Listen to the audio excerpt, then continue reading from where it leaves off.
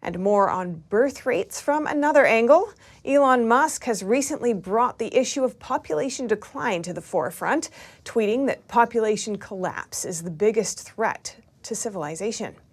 How could the decline of population impact our lives, and how big could the impact be?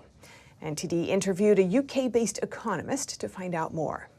So it came under Manoj Pradhan, economist and co-author of The Great Demographic Reversal, tells NTD that population loss will bring dramatic economic, political, and societal changes.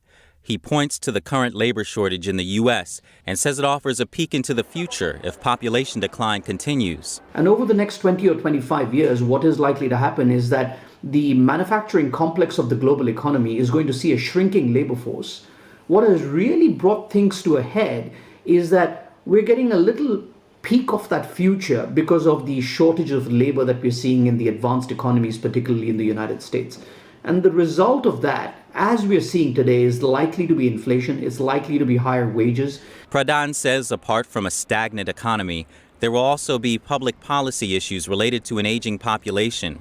As the proportion of the elderly grows, there will be overall more people with health conditions, and they will have to depend on the government to take care of them. Whether it's the UK, whether it's the Scandinavian economies, whether it's Japan or the United States, has a significant increase in the forecasted profile of debt.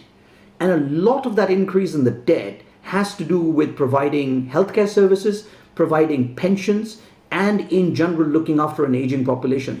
The economist says the problem of labor shortage and aging population is not only impacting advanced economies like the U.S., but also manufacturing powerhouses like China, and that we are not expecting a dramatic change in people's attitudes towards having children. The stress of looking after an increasingly elderly population, I think, is already beginning to stress out people, not just in China. If you look at Korea, if you look at places like Germany and Scandinavian economies, all of these economies are getting older very, very, very quickly.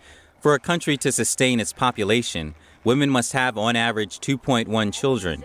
In 2020, the U.S. fertility rate was 1.6, the lowest in America's history, and a sharp decline from 3.7 in 1960. Reporting by Allison Lee, NTD News.